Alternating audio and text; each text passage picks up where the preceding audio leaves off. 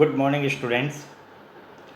On behalf of Vimla Devi Public School, Siliari, I welcome you all. We are studying your class 10 CG Board Social Science, and this is the part 2 of the lesson 8 between the two world wars, the Russian Revolution and the Great Depression. Today, the date is 26th of October 2021. Yesterday, on 25th, we studied the introduction part of the Russian Revolution and Great Depression. As I told you, this is the part 2. In part 1, we have studied the introduction part of Russian revolutions and the Great Depression, and we have also completed the exercise questions answer of this part. Now today we are going to study the topic here, the Russian Revolution. Open your book, and as I told you the strategy to study, I am going to explain it Hindi and English line by line, and you will study through your book, right? आप अपनी पुस्तक से पढ़ेंगे इसको. The Russian Revolution, रूसी क्रांति. Revolution means, देखिए हिंदी में हम बोलते हैं रेवोल्यूशन, क्रांति, जिसको आप जानते हैं. रशियन रेवोल्यूशन, प्री वार रसिया. प्री वार रसिया यानी युद्ध के पूर्व में रूस. प्री वार रसिया, युद्ध के पूर्व में रूस. Pre war. By 1914, Russia had become a vast empire that spread across the European and Asian continent. 1914 तक रूस एक विशाल साम्राज्य बन चुका था. एम्पायर यानी साम्राज्य बन चुका था, जो यूरोप और एशिया महाद्वीपों के बीच फैला हुआ था. The Russian government ruled over diverse regions inhabited by people of different language, religion and ethnicity.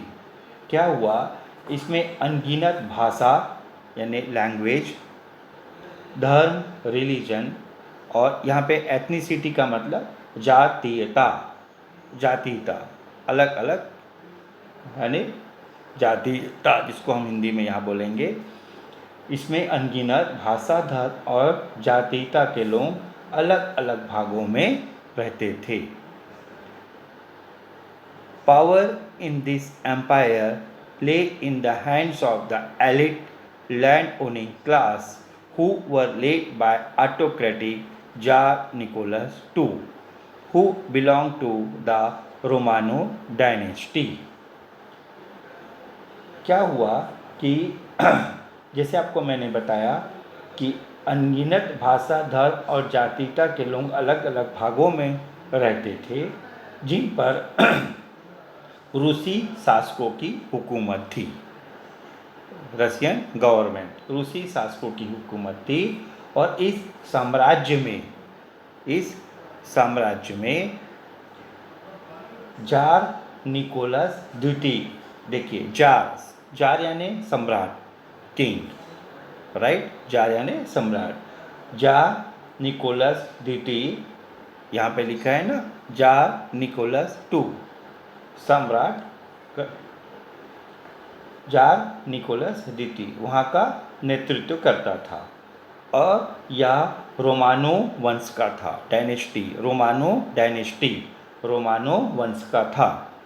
Most of the high officials in this empire were wealthy land owners from the noble families.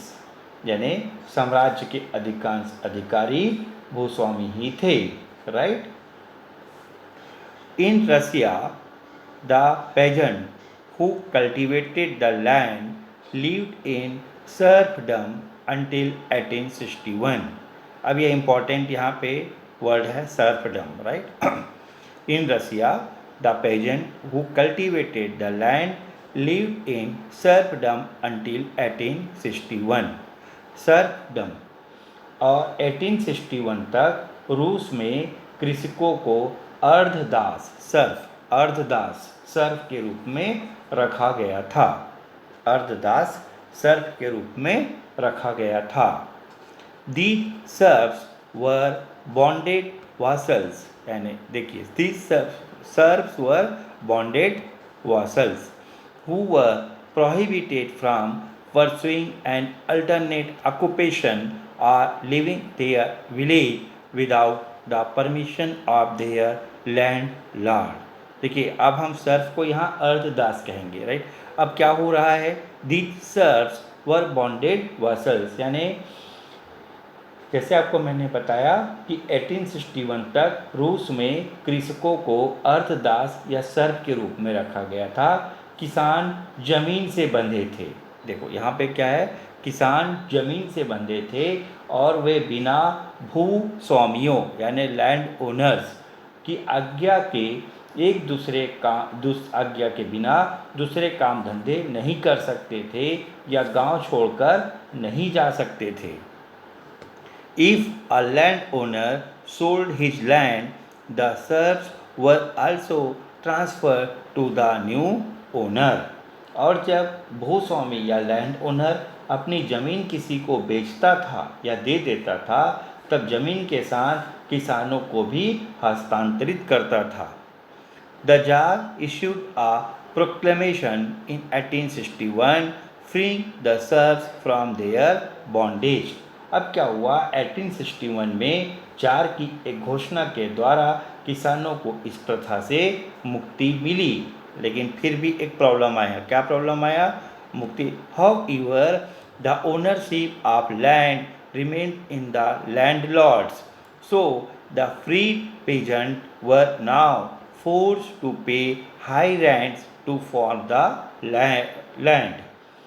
अब जैसे आपको मैंने बताया कि 1861 में jar की एक घोषणा के द्वारा किसानों को इस प्रथा से मुक्ति तो मिली, मगर अब भी ज़मीन भूस्वामियों के पास ही थी और किसानों को यह ज़मीन ऊंचे किराए पर मिलती थी, राइट, ऊंचे किराए पर मिलती थी।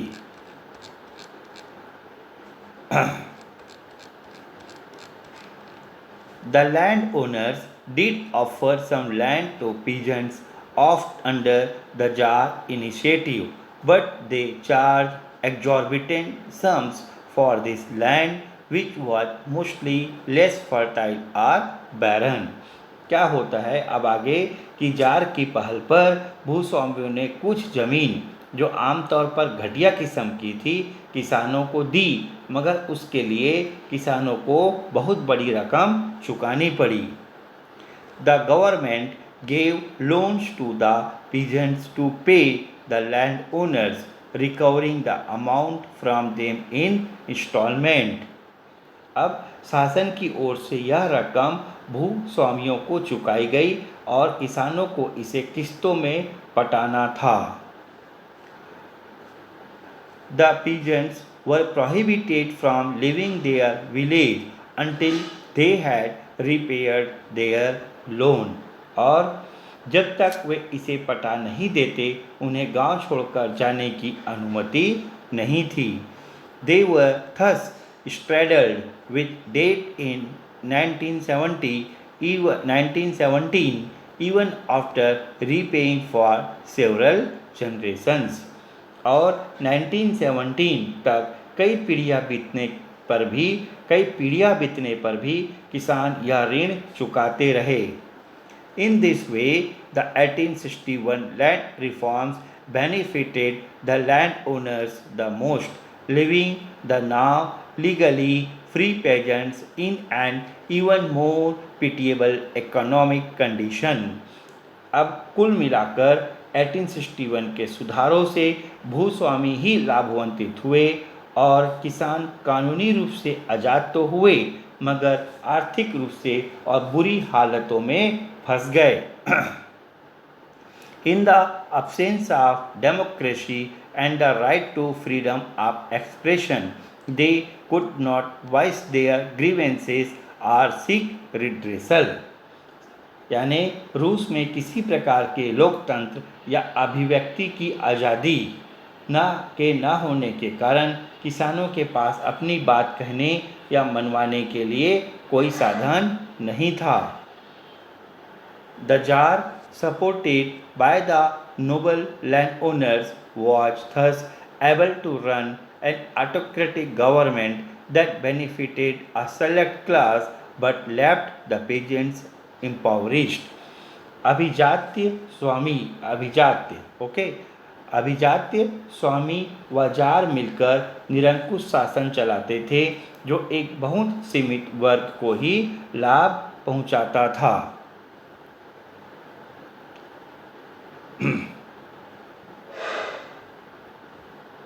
इस तरह आम किसानों की हालत सुधरने की जगह लगातार बिगड़ती गई. Many peasants migrated to the cities to look for work in the factories, and many more enlisted in the Tsar's army. क्या हुआ कि आजीविका की खोज में कई किसान शहरों में बन रहे कारखानों में मजदूरी करने गए और कई किसान जार की सेना में भर्ती हुए. So there were organic links between the Russian peasants, workers and soldiers. देखिए ये लाइन का मतलब क्या है. So there were organic links between the Russian peasants, workers and soldiers. इस तरह रूस में किसानों, मजदूरों व सैनिकों के बीच एक गहरा संबंध बना. Now question for you. इस पैराग्राफ को आप पढ़ेंगे फिर से और ये जो क्वेश्चन है उसका आंसर आप लिखेंगे and you will get the answers in PDF form in your WhatsApp. Right, उसको आपको अभी मिल जाएगा. क्वेश्चन 1.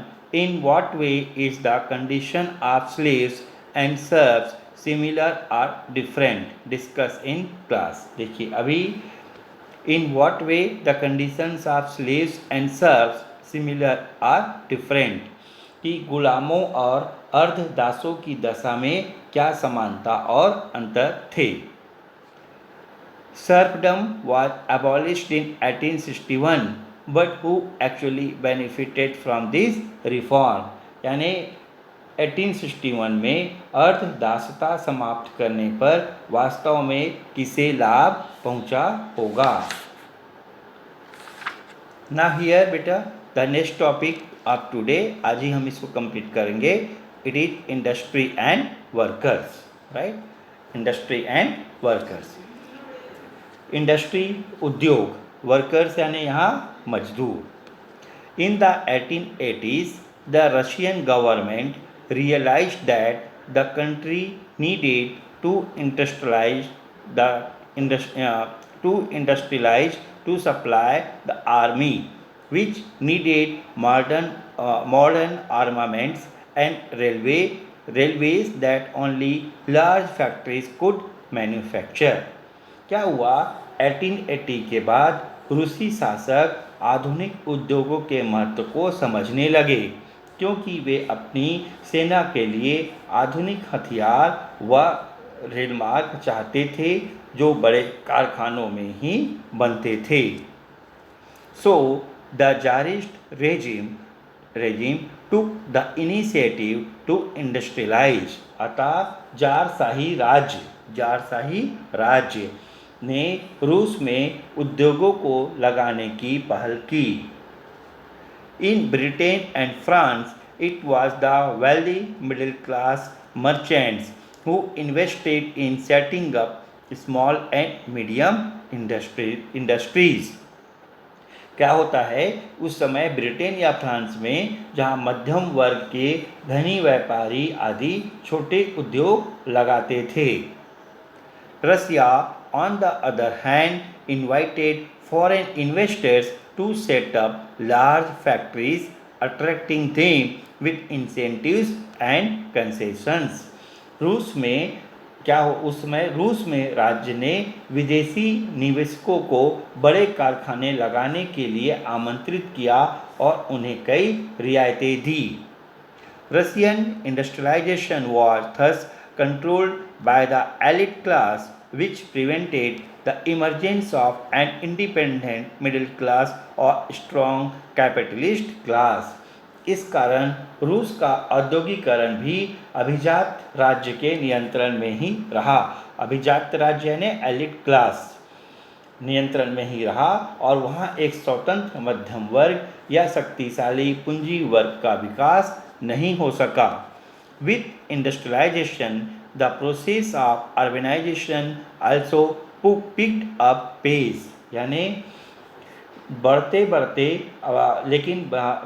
औद्योगिकरण के साथ साथ शहरीकरण भी हुआ। The cities soon teemed with large numbers of industrial workers who lived in abominable condition and survived on low wages, यानी वहाँ बड़ी संख्या में औद्योगिक मजदूर रहने लगे जिन्हें बहुत ही कम वेतन पर दयनीय हालत एबॉमिनेबल कंडीशन यानी दयनीय हालत, खराब स्थिति, दयनीय हालतों पर काम करना पड़ता था।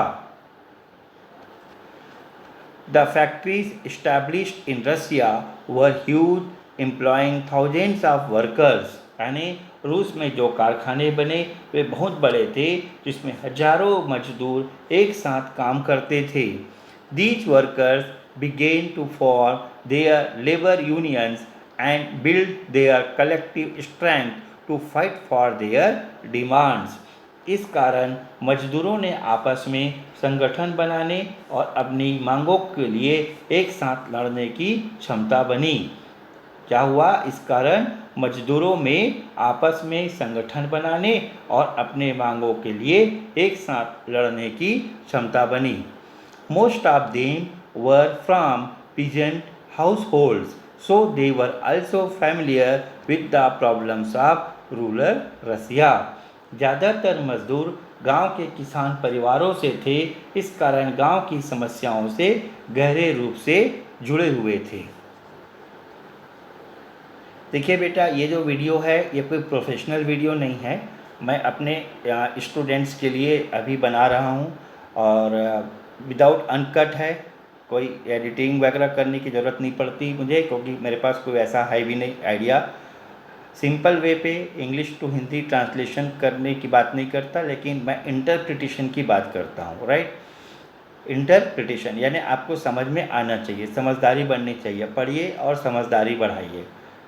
एक इंग्लिश में और हिंदी दोनों में आप इंटरप्रेट कीजिए, राइट। और ये कोई बहुत प्रोफेशनल वीडियो नहीं है, आपको अनकट वीडियो है विदाउट एडिटिंग, कोई एडिटिंग वगैरह इसमें नहीं करते, सीधा सीधा 15 मिनट 20 मिनट रीडिंग करते हैं और उसको हम बताते जाते हैं। आपको इसको, जैसे आपको मैंने पहले कहा कि हेडफोन लगाइए और सुनिए क्या बोल रहे हैं, उसके बाद आप अंडरलाइन कीजिए, जो वर्ड समझ में नहीं आता क्लास में मुझसे आप पूछ लीजिए, राइट। और क्वेश्चन का आंसर आप PDF फॉर्म में तुरंत मिलता है, पहले आप अपने हिसाब से लीजिए, फिर कोई आंसर लिखने के बाद अपना जो आंसर है उसको मुझे भेजिए, फिर आप अपना PDF फॉर्म में जो आंसर है उसको लिखिए, दोनों का फिर हम कंपेयर करेंगे, राइट। अब देखिए, नाउ ये जो क्वेश्चंस आपके पास है, try to give the answer, आप इसका आंसर लिखने की कोशिश कीजिए अभी on the basis of the above paragraph. What were the similarities and differences in the industrialisation of Germany and Russia. देखिए, अभी आपको मैंने बताया जर्मनी के औद्योगिकरण और रूस के औद्योगिकरण में क्या समानताएं व अंतर थे। If the middle class of any country is weak, what impact does it have on the politics of that country? देखिए क्या है, अगर किसी देश का मध्यम वर्ग कमज़ोर रहता है तो वहाँ की राजनीति पर क्या प्रभाव पड़ता है। Would workers organizations be more effective in big or small factories? Explain with reasons. यानी किस तरह के कारखानों में मजदूरों के संगठन अधिक प्रभावशाली होंगे, छोटे कारखानों में या बड़े कारखानों में, कारण सहित चर्चा करें, यानी उसका आंसर लिखिए। What impact do you think did their links with villages and peasants have on industrial workers. Do you see any examples of this impact in your neighborhood? यानी क्या पूछ रहा है कि गांव और किसानों से संबंध होने से मजदूरों पर क्या प्रभाव पड़ा होगा? क्या आप इनके उदाहरण अपने आसपास देख सकते हैं? Right, so this is sufficient for this video lesson today. आज 25 अक्टूबर है, यहाँ तक आप अपना वर्क कंप्लीट कीजिए। और जैसे मैंने पहले कहा कि ये पूरा अनकट और विदाउट एनी एडिटिंग वगैरह का वीडियो है। सिर्फ देखिए यहाँ पे दो बातें होती है, ट्रांसलेशन अलग चीज़ होता है, इंटरप्रिटेशन अलग चीज़ होता है, राइट। दोनों में सिमिलरिटी भी हो सकती है और कुछ डिफरेंस भी है। I do believe in interpretation, और वही एबिलिटी आपके पास आनी चाहिए। So complete your work, send it to me, and in the next video lesson on 27 tomorrow we will study the topics events of 1905. यहीं पे हम events of 1905 and the war and the revolutions of 1970 ये हम complete करेंगे। Tomorrow we will study this, right, in the next video lesson. So here I say goodbye to you. Do your work and send it to me. Till then, goodbye.